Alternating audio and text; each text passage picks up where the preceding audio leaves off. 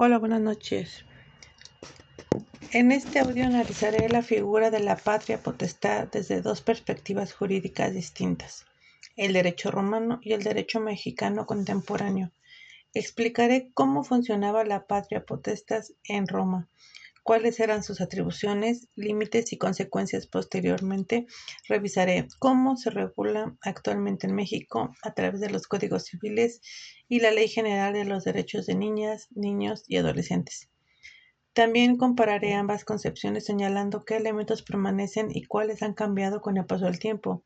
Finalmente, aplicaré este análisis a un caso hipotético y concluiré con una reflexión crítica sobre la patria potestad como un deber de cuidado y protección y no como un poder absoluto sobre los hijos. 1. La patria potestad en el derecho romano. En el derecho romano, la patria potestad era la autoridad jurídica que ejercía el pater familias sobre los integrantes de la familia.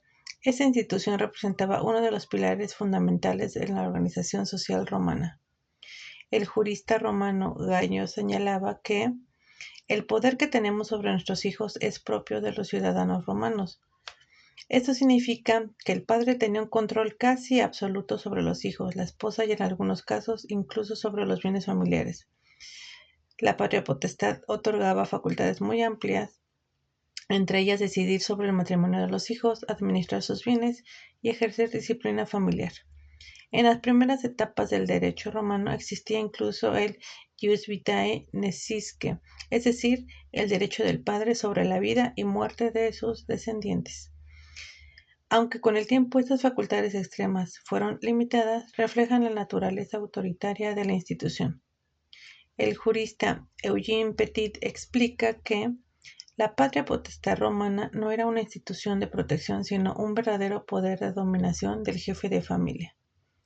Además, los hijos sometidos a la patria potestad carecían de autonomía jurídica plena. Aun siendo adultos, continuaban bajo la autoridad del padre mientras éste viviera. Sin embargo, conforme evolucionó el derecho romano, especialmente durante la época imperial, comenzaron a establecerse límites para evitar abusos. Por ejemplo, el emperador Constantino prohibió que el padre pudiera matar a sus hijos, y Justiniano fortaleció medidas de protección familiar. Número 2. Regulación actual de la patria potestad en México. En México la patria potestad tiene una naturaleza completamente distinta. Actualmente se entiende como una institución jurídica orientada a la protección integral de niñas, niños y adolescentes. El Código Civil Federal establece en su artículo 413 que la patria potestad se ejerce sobre la persona y los bienes de los hijos sujetos a ella. No obstante, a diferencia del derecho romano, esta autoridad no es absoluta. Hoy se encuentra limitada por los derechos humanos, el interés superior de la niñez y el principio de igualdad familiar. La Suprema Corte de Justicia de la Nación ha sostenido que la patria potestad no puede entenderse como un derecho de los padres sobre los hijos, sino como una función encaminada a la protección y formación integral de estos. Asimismo, la Ley General de Derechos de Niñas, Niños y Adolescentes reconoce a los menores como sujetos plenos de derechos y obliga a las autoridades y familias a garantizar su bienestar físico, emocional y social. El artículo 13 de dicha ley establece que las niñas, niños y adolescentes tienen derecho a vivir en condiciones de bienestar y un sano desarrollo integral. Por ello, actualmente los padres tienen obligaciones como garantizar educación, salud y alimentación, proteger la integridad física y emocional de los hijos, escuchar la opinión de los menores conforme a su edad y madurez, evitar cualquier forma de violencia familiar. Cuando estas obligaciones son incumplidas gravemente, puede decretarse la suspensión o pérdida de la patria potestad. Número 3.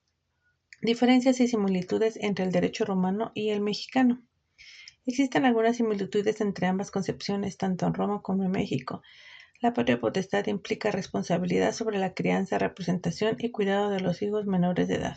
Sin embargo, las diferencias son mucho más profundas.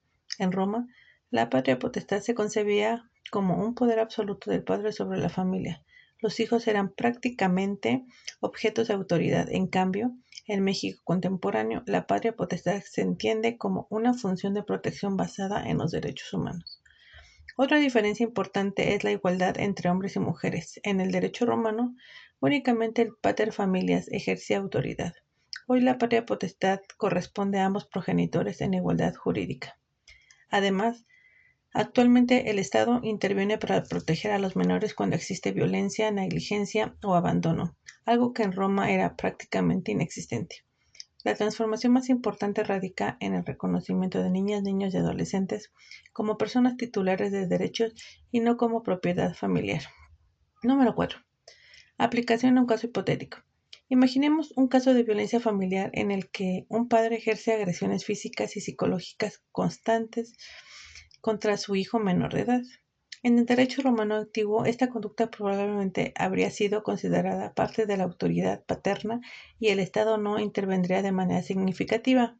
Sin embargo, en el sistema jurídico mexicano actual, la situación cambia radicalmente. El interés superior de la niñez obliga a las autoridades a intervenir para proteger al menor.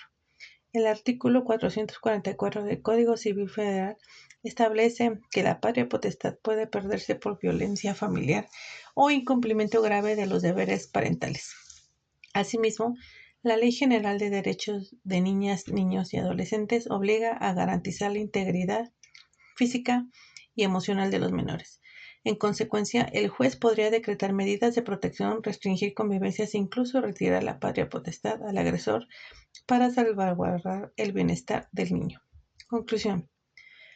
Como conclusión, puedo afirmar que la patria potestad ha evolucionado profundamente desde el derecho romano hasta el sistema jurídico mexicano contemporáneo. Mientras en Roma representaba un poder absoluto del padre sobre la familia, hoy constituye una responsabilidad jurídica basada en el cuidado de la protección y el respeto a los derechos humanos de niñas, niños y adolescentes.